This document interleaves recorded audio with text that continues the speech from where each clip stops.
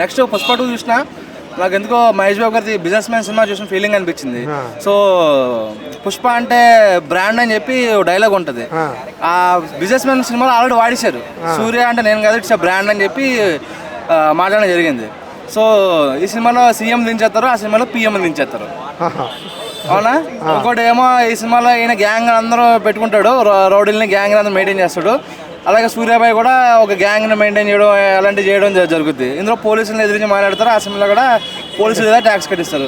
But నాకు business మ్యాన్కి Pushpa 2కి పెద్ద వేరియేషన్ ఏమి అనిపించలేదు. సో మహేష్ బాబు గారి సినిమా కాపీ కొట్టరేమో నాకు అనిపిస్తుంది.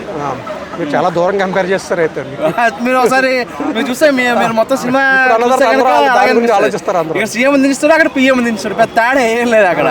సో ఇంట్లో సాంగ్స్ అంత పెద్ద హిట్ అయినా ఆ సినిమా కూడా సాంగ్స్ అంత పెద్ద హిట్ అయినాయి అంతే. చెప్పండి. ఇంకా పండగ కేసులకి వెళ్తున్నారు అయితే? పండగకి డాకు మహారాజ్కి వెళ్దామని చెప్పి అనుకుంటున్నా. ఎందుకంటే మనకి ఏదైనా స్పైసీగా తినాలని ఉంటుంది. సో మనకి ఒక నాటుకోడి బిర్యానీ తినాలంటే డాకు మహారాజ్. సెకండ్ ప్రయారిటీ ఏదో చేంజ్ వచ్చింది, గేమ్ చేంజర్. దానికి థర్డ్ ప్రయారిటీ వెంకటేష్ గారు ఆల్రెడీ సంక్రాంతి చూసాం, ఇప్పుడు సంక్రాంతి 2 చూడాలంతే.